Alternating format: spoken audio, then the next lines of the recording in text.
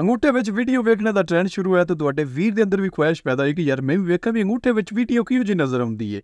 अल्लाह दी करनी इंज हुई कि मोबाइल देख गया तो मोबाइल काफ़ी कीमती है, उन्हें आख्या भी नवा कढाना है, मैं बच के अगे हो गया, मैं आख्या भी ऐतकी ये वीडियो मैं ही वेखां दा। अल्लाह जन्नत देवे मेरे नाने ने, उन्हें भी सिफारिश की ते काम बन गया। उन्हें मेरे बिठाया स्कूटरे पिछे लैके मैं टुर गया छिमो डेरे ते गया। उस तो उत्थे माई जी बैठी तो उन्हें वेख के आख्या भी केड़ा मुंडा है। ਉਹ ਕੁਰਬਾਨੀ ਦੇ ਬੱਕਰੇ ਹਰ ਦੇਖ ਕੇ ਨਾ ਮੈਨੂੰ ਅੱਗੇ ਕਰ ਦਿੱਤਾ ਨਾ ਕਿ ਇਹ ਮੁੰਡਾ।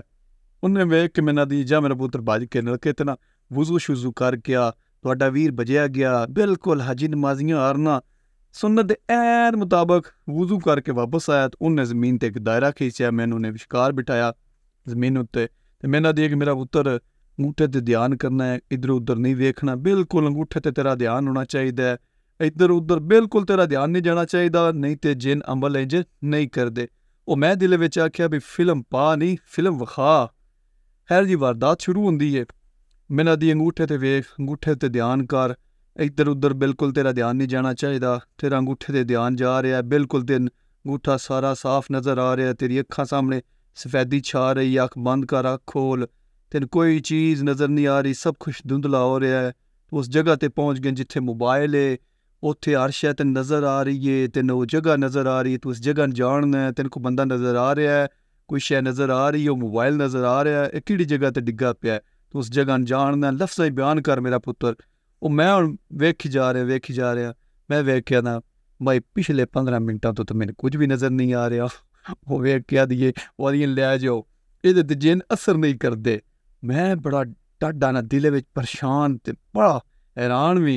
नाने लो मैं वेख्या, नाना मेरे लो वेखण लग पिया ते मेरे अंदर ये रह गया भी यार मेरा सपना सपना ही रह जाना, ये जिन मेरे ते क्यों नहीं असर करते पे, इन्हां मेरे नाल की मसला है, मैं इन्हां दा की बिगाड़े है। वो मैं नाने लो वेख्या, नाने मेरे लो वेख के आख्या भी मेरा पुत्र कुछ नहीं इंज ही कर दी है। थोड़े वड्डे होए ते पता लगा भी इलम जदों शऊर दिता, पता लगा भी ये लोग केडे वड्डे फ्रॉड ने, जैली लोग ने, फ्राडिये लोग ने, किस तरह ये हिप्नोटाइज का इस्तेमाल करके सादे लोगों लुटते ने। ये लोग कच्ची उम्र के बच्चे जिहड़ा वो टारगेट करते हैं, या कोई ऐसा बंदा जिहड़ा बहुत सादा हो, बहुत जल्दी हिप्नोटाइज हो जाता हो और उसनूं पूरी स्टोरी का पता हो।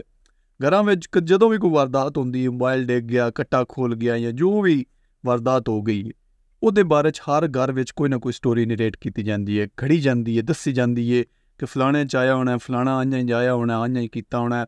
इंसान जिहड़ा ना वो अपने दिमाग के बैक एंड विच कोई ना कोई एक शक पालदा रहिंदा, एक स्टोरी पालदा रहिंदा है। और फिर जदों हिप्नोटाइज होंदा है ना, वो फिर बड़े कॉन्फिडेंस नाल वो सेम स्टोरी जिहड़ी है तसलसल नाल सुणांदा है। सामने बैठे लोग जिहड़े ने जदों सुणदे ने ओहदे अच्छा होए कमाल हो गया भी असीं ते माई दसी कुछ नहीं, ते माई जिन्ना कोलों सारा कुछ विखवा के अखा रही है। बाकी कुछ बंदे जिहड़े ने सादे जिहड़े ने उंज प्रैशराइज होए होंदे ने, वो जो बोलदी जांदी है वही और दिन हाँ ये फलाना फलाना हाँ ये वो इस तो इलावा और कुछ भी नहीं होंदा, सिर्फ और सिर्फ हिप्नोटाइजेशन होंदी है। और इस चीज़ का फ़ायदा उठा के बड़े बड़े उत्थे कतलो गारत होंदी है, बड़े बड़े वैर लग जाते लोग एक दूजे ते इल्ज़ाम लाने लग पाउंदे ने। सिर्फ और सिर्फ झूठ फरेब धोखा, इस तो इलावा कुछ भी नहीं। वो आखदे नहीं कि जदों तक लालची जिंदा ना उदों तक फराडिया भुखा नहीं मरदा।